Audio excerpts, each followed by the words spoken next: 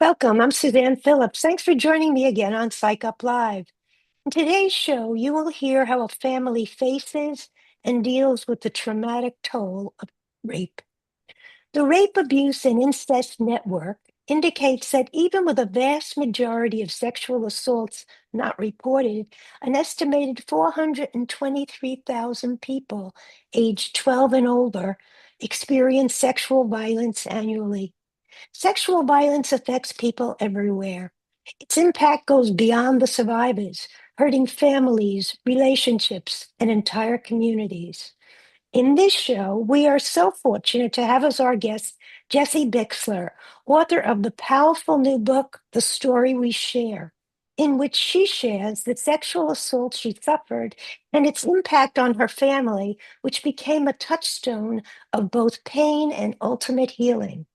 In many ways, there are no words for a victim to describe what has happened or to know how to respond.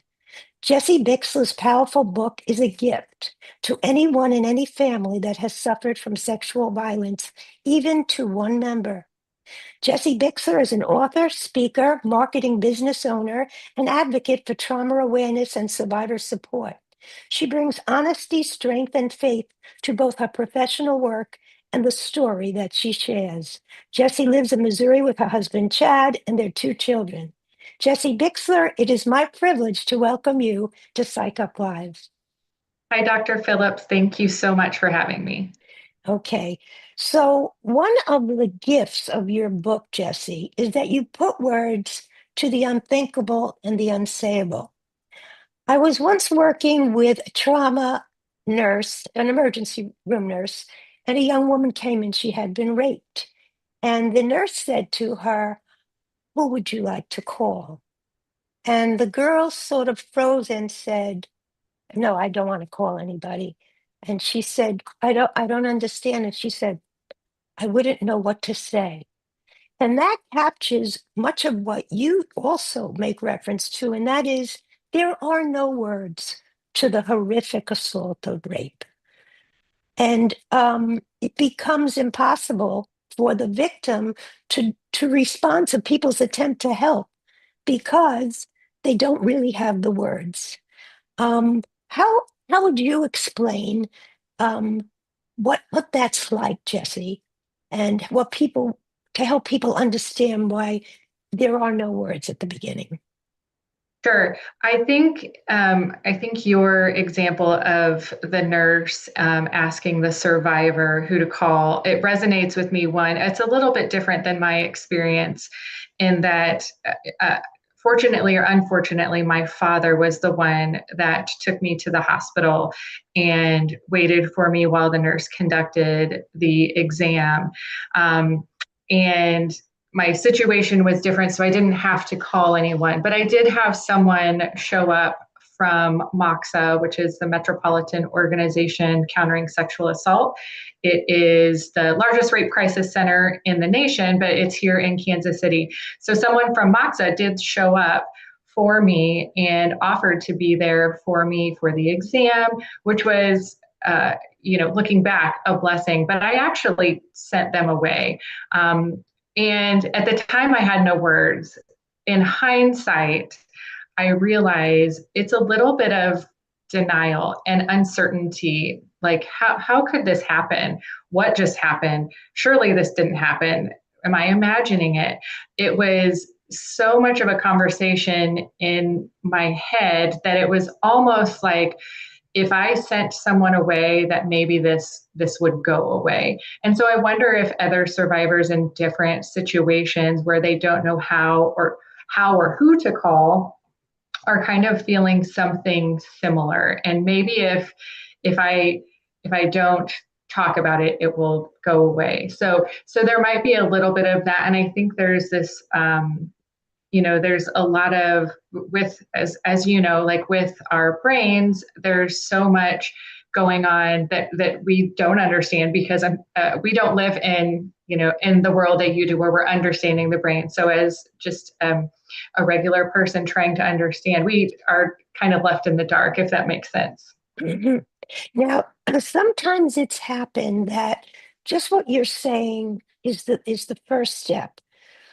The mother might call me weeks later because her daughter has finally told her. But when I speak to the daughter says, how could I tell anyone? I think people accuse the victim sometimes of it being their fault. And I was so worried that they were going to blame me because I let this guy drive me home that I felt both devastated and wounded, but I felt guilty. So that's also one of the kind of crippling and sad factors.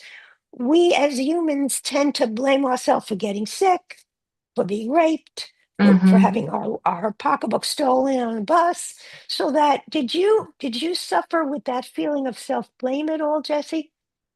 Yeah, it's interesting, and I think you can attest to this too.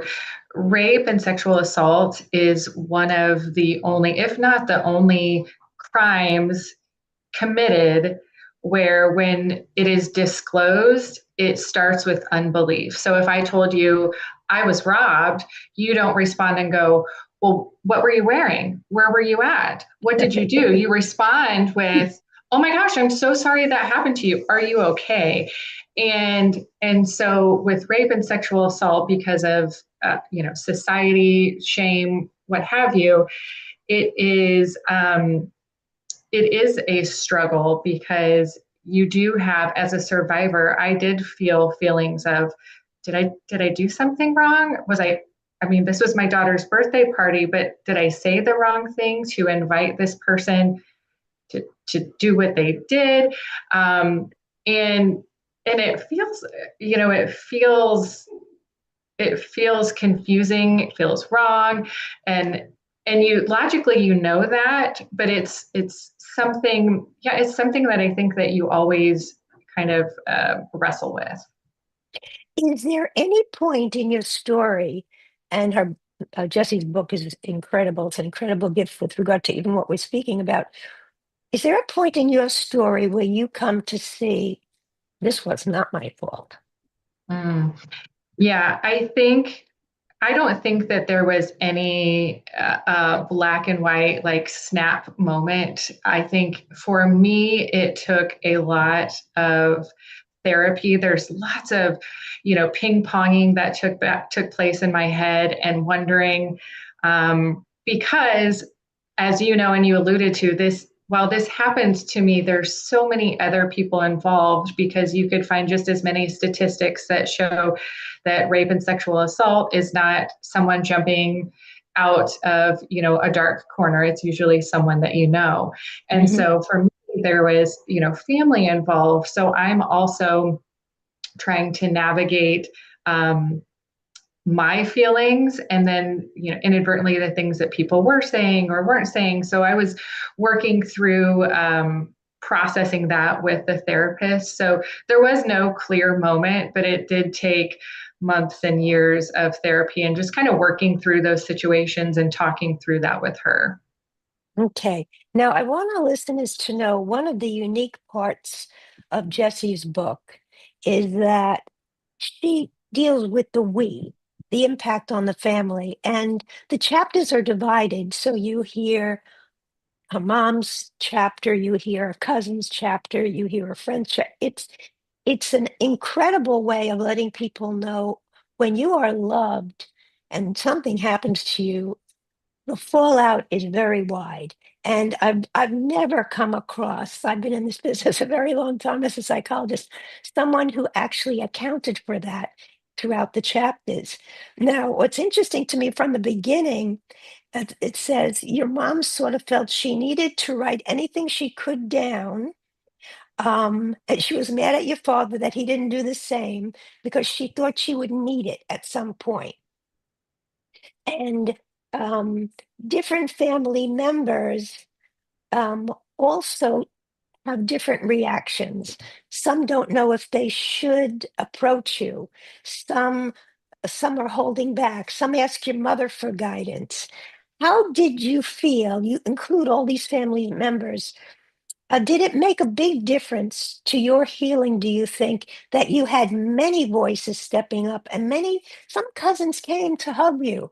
They drove there, hugged you, sat there, did whatever you wanted to do. It was really a family response. Um, Would I you was say always this? just put them away to pay rent.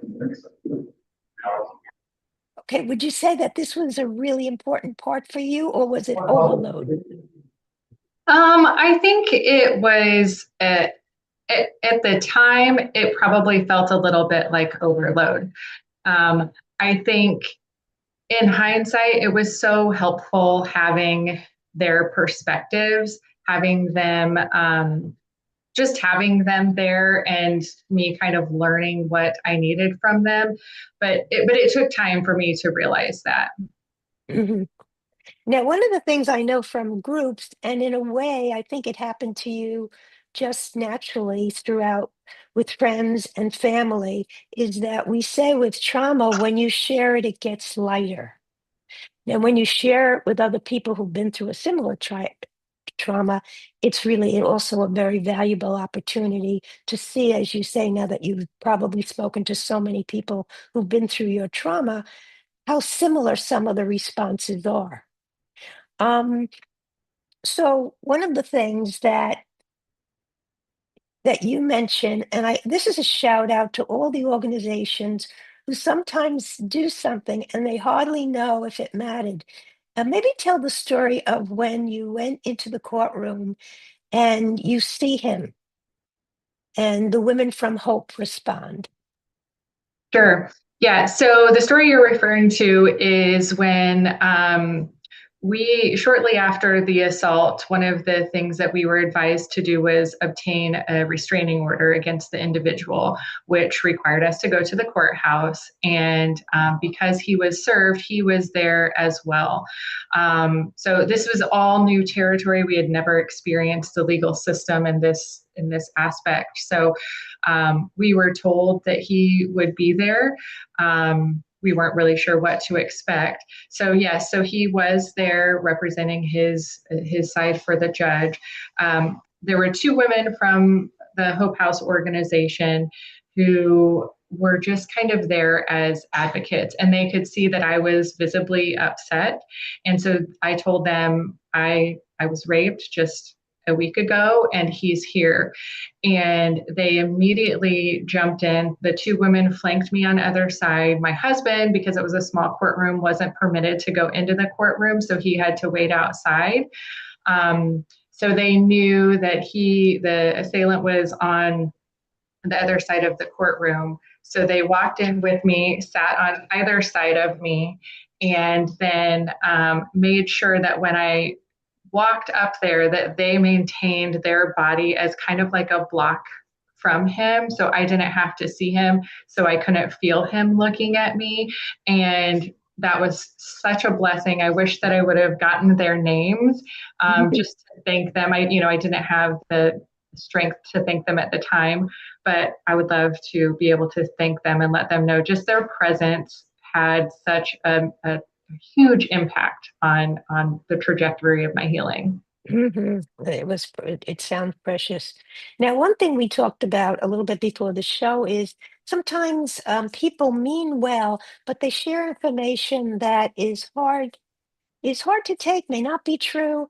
And we mentioned the fact that one officer, and it was probably well intentioned, shares with your husband, in situations like this, it sometimes really impacts the marriage. Mhm. Um, and did your husband then share that with you, or did you learn about that much later? He did share that with me, and that was something really hard to absorb. So it was one of the detectives. And to your point, I think that it was all in good meaning, because the context was, hey, here's the things that you should do. Go find someone to talk to, get a restraining order, kind of like this list of things to do. But then it was flanked by, because 80% of marriages don't survive something like that. So it was kind of like, I'm sorry, but that kind of thing. Yeah, yeah, Um, yeah, so he did share that with me. And keep in mind too, we had only been married, a handful of years. So we were still kind of new in the whole marriage thing and figuring yeah. that out. Hmm. So luckily, I did find a therapist early on and shared that with her. And so she helped me work through that as well. And I think, and my husband mentions this in the book as well, hearing that kind of lit a fire with him. He was like, mm-mm, I'm not going to be a statistic. And so he could have not shared that with me, but we have the type of marriage where it's important that we've always just been the type of people to kind of talk it out. That's one of your strong points as a couple. It's great. Yeah. Yeah. So let's talk a little bit about um, dissociation. Mhm. Um, so I could say to our listeners, dissociation is very common when there's a violent trauma and a violent crime or attack of you in any way. It's an extreme coping mechanism. It's a mental escape, and it can really, be as mild as, when you're reading a book on the train. I can't tell you how many times this has happened to me where they tap me on the shoulder and say, "Ma'am, we're headed into the yard. Get off the train," because I'm in another world. This has happened many Yeah. times to me. So that's like a benign version of it. But Yeah. that's not the kind of thing that you were suffering from. Mhm. What would you describe dissociation was for you, Jess? Yeah. So I think similar to your experience or your example about the train, I think a lot of people think of that as like daydreaming. Right. So for me, one example is there was nothing that not one thing would instantly trigger me going into a dissociative state. It was usually some sort of environment. So, one example would be when my husband and I were on a vacation. We had gone to the bar and he had left to go get me a cocktail. And so I was left by myself. And unbeknownst to me, being at a party and outside and, with lots of people around, that those were all factors that led to something that triggered me. And so I caught myself feeling in kind of a floating phase. So I described it as a number of times as kind of like an out of body experience. I could see myself sitting in this chair on this deck in this, restaurant, but I was observing it from the outside. And I wouldn't snap out of it until my husband came back and was kind of like, Jesse, hey, are you there? And Mm. then it was like I came crashing down. And so I was upset and I was angry at him for leaving me. I was taking everything that I was feeling and projecting it towards him. So that dissociative phase for me was a feeling of floating or a feeling like there was a fog kind of coming over me. And so that's what it looked like a lot of times, especially like if I was at home, my kids would kind of snap me out of a dissociative phase. And again, no certain one trigger would launch me into that, but it happened quite frequently. Oh, it's such a good example, Jess. Um, and it's something that people do work on with their therapist in therapy. And remember, it's a survival technique. I mean, most of our symptoms are survival techniques, and generally they ease up when someone's in therapy working on it. There's less and less need to go into an out-of-body Mhm. experience or be out of the moment. Right. So it was, for people to know it, it's a feeling of being detached from your body. The world feels unreal. And it's usually triggered, just as you say, Jess, by suddenly you're alone in a situation where you feel very helpless.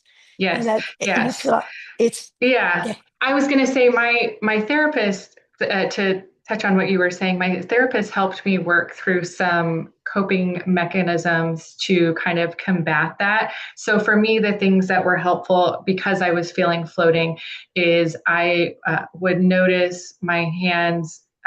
Touching the chair and grounding myself to the right. chair. And I would kind of catalog different things happening in my body. So this is me sitting in the chair, my feet are on the ground. Um, I'm here. So I'd kind of like work through a toolbox of, again, for me, sensory feelings Nice. that would Yeah. help me come back to where I was at. And a lot of times, Dr. Phillips, it was a reassurance to me, I am safe. It That was also, a huge thing. well, and it also, I'm not sure if this is true, gave you the sense of control again, because you Yes, had the mechanisms to bring yourself back to the safe in the present moment yes. position. That's exactly it. We talked a lot in therapy about how the nature of rape and sexual assault is control is removed from you. And I'll be honest with you, I was pretty controlling before all of this happened. So so that's not something that's easily to even easier to come back from. So yeah, so being able to take control, and that was a big part of my goals in therapy, is to learn tools and to have that toolbox for myself to kind of like check through in my head and go through those steps to reground myself. Now, how did you pick this very fine therapist that you worked with? Mm. I was very fortunate. One of the things on the checklist that I mentioned from after having reported to the police station, the detective said, told me to go to see my primary care physician, and actually my therapist was recommended by my primary care physician, and I always advocate, having to, unfortunately, she has since passed away. So I've gone through another round of searching for a right therapist. Luckily with her, she was the right fit the first time. But I have met with a couple of individuals since her passing. So yeah, I was My fortunate to be introduced.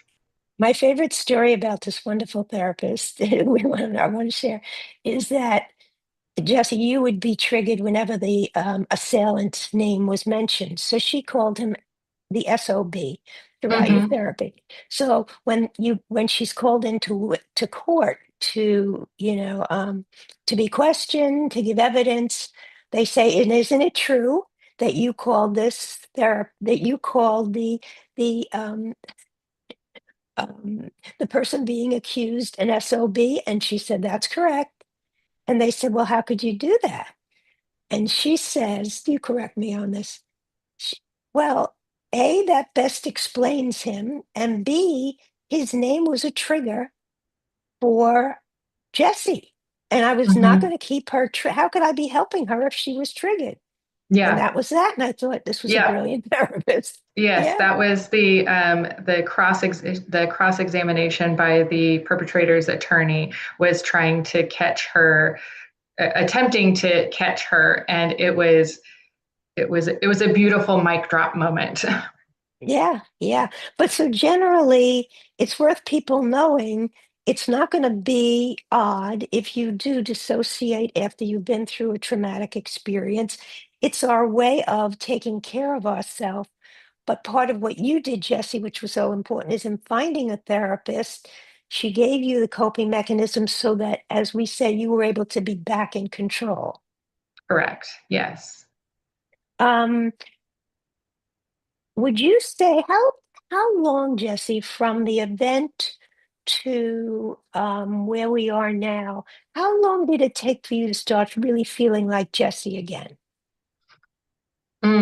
That's hard to say. I think I'd like to say that there were pieces of me that came back sooner than some other pieces, but quite honestly, I don't I don't know that I would say that I'm wholly the same person that I was before. I think, even to this day, I think there's still triggers. The anniversary is always really hard and it's always unexpected.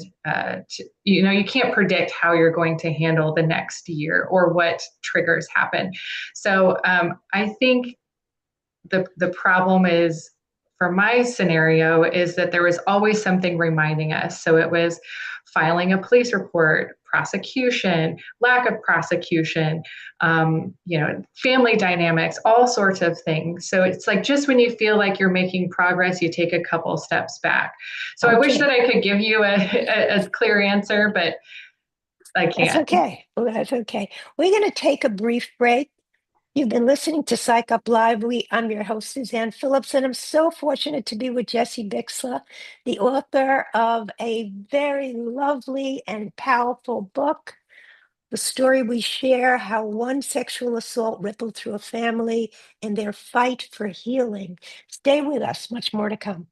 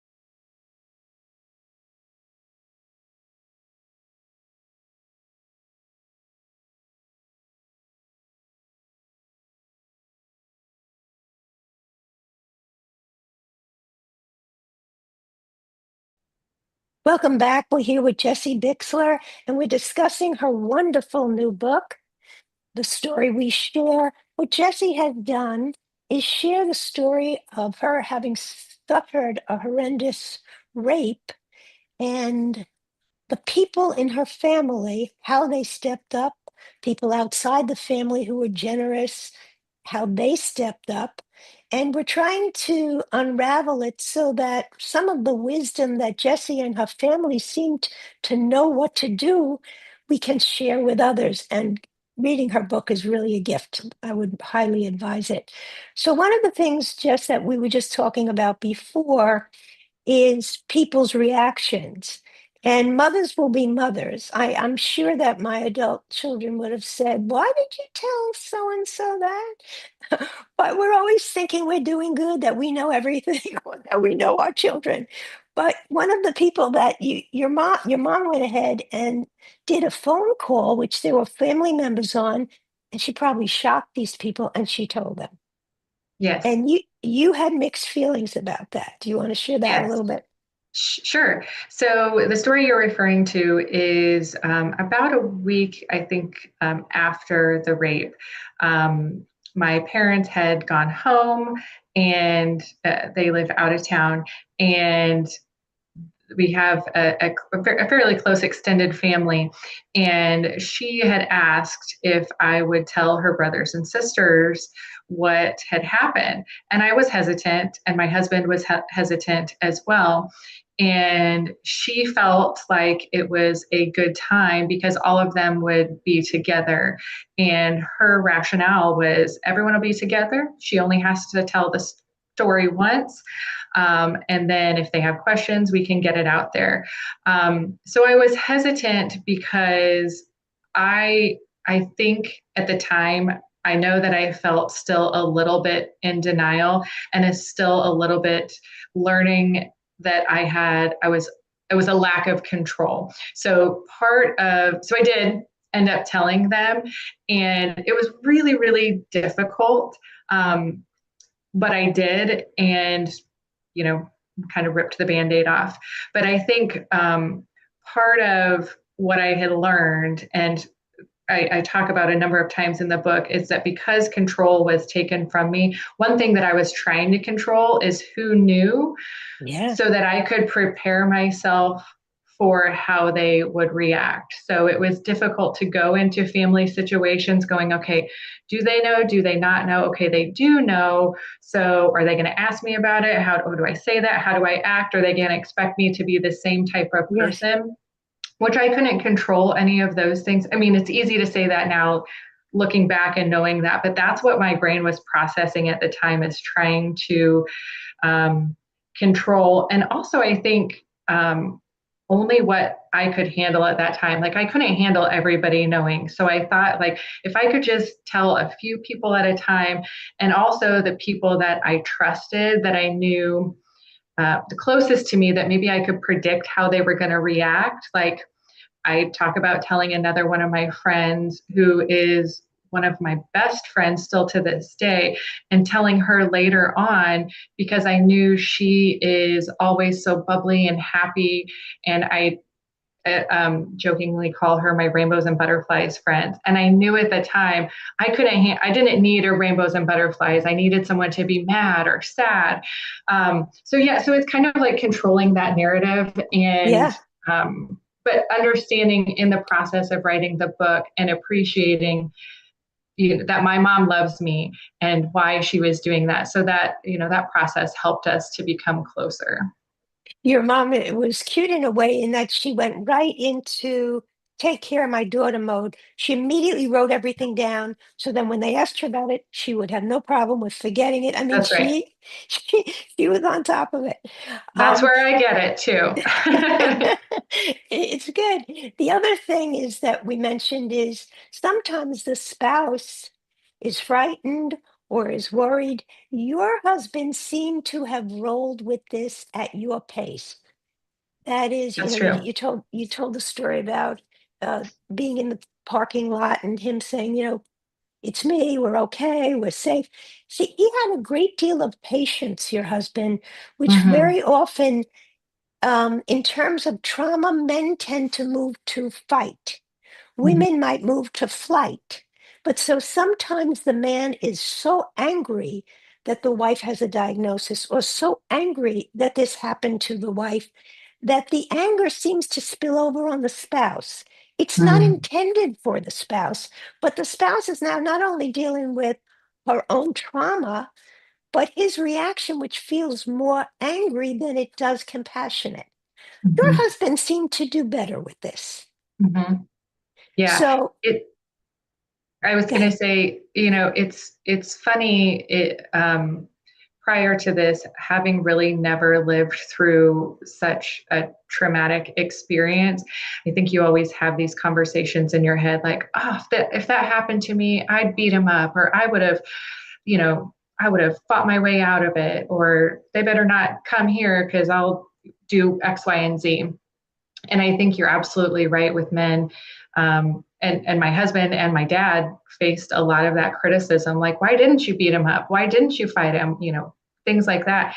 And that's another thing that came out in the book too, is like them wrestling with knowing that people thought that, yeah, my husband is and was so incredibly patient and kind and compassionate, and he was able in so many different situations, just to really just be there for me. He most of the time he didn't have words, but I didn't need words. I needed to know he was safe. And I knew that because for a number of months after the assault, I needed to be near him. I needed to be physically touching him, touching his arm, because he was my safe place. And he didn't need anything from me at that time. Again, looking back now, that's exactly what I needed. Didn't know it at the Mhm. time, but that's exactly what I needed.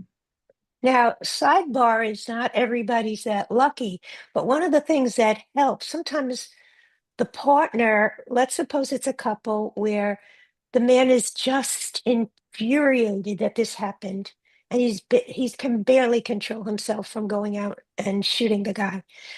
Those people do really well in couple groups. They do Mm, well in couple therapy, but they do well in couple groups, even in some ways, in an even better way, because some other man in the group inevitably says, I know where you're coming from, buddy. I know what you want to do. It doesn't work. I was there. So that mm, what you have in a couple group, I'm sort of sharing with our listeners, and I know you are now out there doing this kind of work, is you have people validating your rage, but helping you know that's not the step at this point. right. It terrifies your wife because God forbid you get hurt. And it really doesn't change the situation. It really is dysregulation. Some people, women, can't stop crying. The man can't stop fighting with everyone. So it's about how you regulate. And Mm, you went to therapy, and my guess is your husband even benefited from you going to therapy. It always, if a couple's close, it benefits both. correct. But I just want people to know sometimes you didn't have the kind of childhood that would allow you to be patient and just compassionate. And next to your partner, you had a dad who was all over the place if things happened. Don't miss out on the kind of help that you got, Jess, because often the partner who is watching really needs a lot of support too, because they're the prime backup to the victim. Exactly. Exactly. And I don't ever take that lightly, because he didn't, and that was, that's always been my concern. You asked, kind of when I started to come to myself or feel quote unquote healthy again. One of the first things I thought of as I, quote unquote became more healthy is, how do I, now that I do have the strength, how can I help support him? And same with kind of the other people, in the book, my parents and friends and family, like, okay, how do I support them and acknowledge the weight that they've carried by themselves too? What do you think your mom is doing? Oh, today, well, I know that she'll be listening to this, and she will be, it will be difficult, but it will also, tickle her to hear us talking about her, but she's doing really good. She is my biggest cheerleader, my biggest supporter. We are able to have really good, hard conversations, but I think with that, like with her and with everyone else in my life, it makes us stronger. So she's also having conversations and feeling emboldened to talk about it, and people are disclosing their trauma to her. Wow. And so she's being able to be a resource for people, which is having a huge impact on her. Well, everyone in the family now has the wisdom of a survivor because That's right. yes, they've all survived in different roles in terms of That's this. right. Um, do you plan to tell your children? Do your children are teenagers now or no? That's right. Yeah. Yep. So my kids are 16 and 13 now. We did make the decision to tell our kids about what happened when it was age appropriate. So for my son, it was about 3 or 4 years ago. And for my daughter, it was about a year ago. So, right about before I endeavored to write the book. And again, we chose language that was appropriate and kind of limited information. Um, my son and I have a wonderful relationship. He's a little bit older, so he was around, and he's kind of read parts of the book and know the story a little bit as of recently, and we're just having good conversations around that. I, I loved, I love that you chose different ways to tell them because one thing that's really a problem in a family is a secret. The kids always know there's a secret, That's but their right. imaginations can take it anywhere. So the fact that you and your husband shared it just is really a gift to their mental health and to the cohesion of the whole family. I mean, sometimes people are married, divorced years later, and then they found out their father wasn't their father. I mean, it's a crippling thing to keep a secret going and people finding out so many years later. So I applaud the fact that there's such openness and dialogue with your children that they have some version of what happened. Yeah, thank you for that. Yeah. Now, do you work with um, the Metropolitan Organization to Counter Sexual Assault?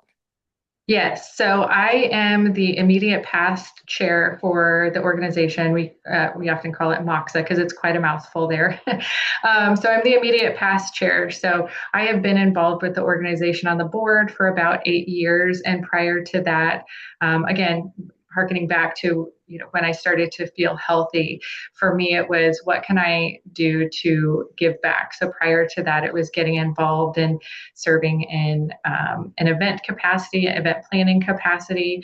I went through their 40-hour training program as well, and I'm part of their speakers bureau. So Nice. it's been a blessing to be a small part of such an important organization in the Kansas City area. I love the phrase they use trauma doesn't care what time it is. Call That's us right. around the clock. It's perfect. It's Yeah. really perfect. So, has that fostered more healing for you that you give back like that? Oh, 100%. I think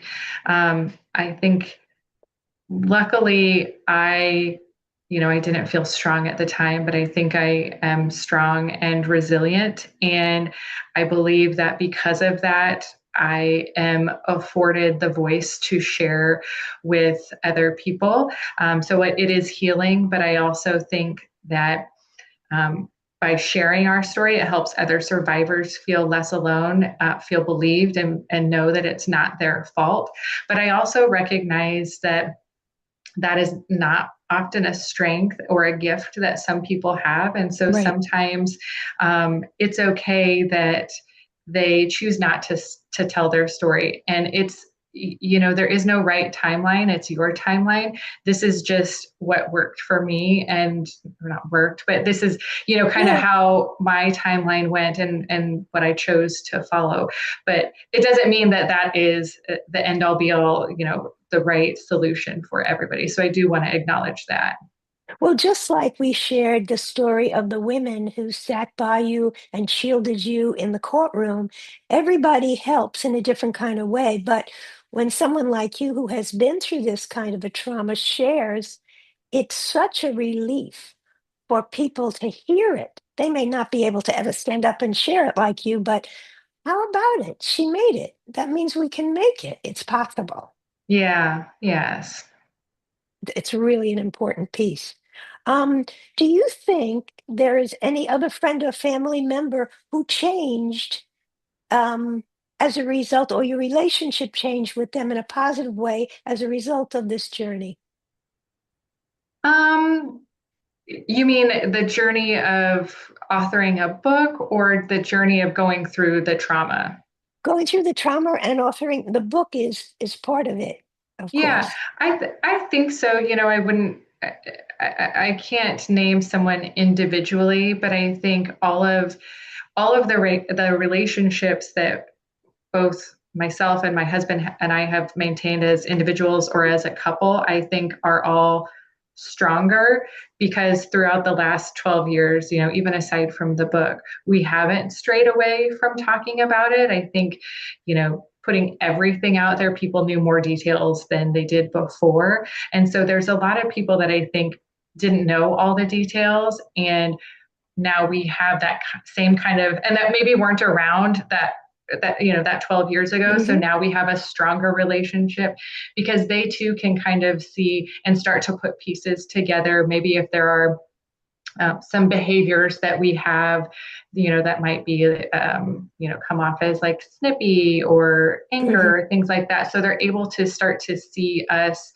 and maybe have a little bit more grace. So I would say that people, the individuals that we're friends with now that kind of weren't around back then, if that makes sense. Okay, so if you, if people want to order your book, how can they find your book, Jess? So if you want to order the book or learn anything more about the story we share and kind of where we're at in this process, you can go to our website, which is thestoryweshare.com. You can order the book on Amazon or Barnes and Nobles or a number of other independent bookstores. Okay, and if you wanted to send our listeners a take-home message, what would you like to share with them? I think it's really kind of what we were talking about at the end is specifically for survivors. I would want them to know that healing isn't like a big dramatic breakthrough moment. It's directional. For me, it was doing the next whatever the next thing on my list was. And for them, I would say whatever the next meaningful step for you is.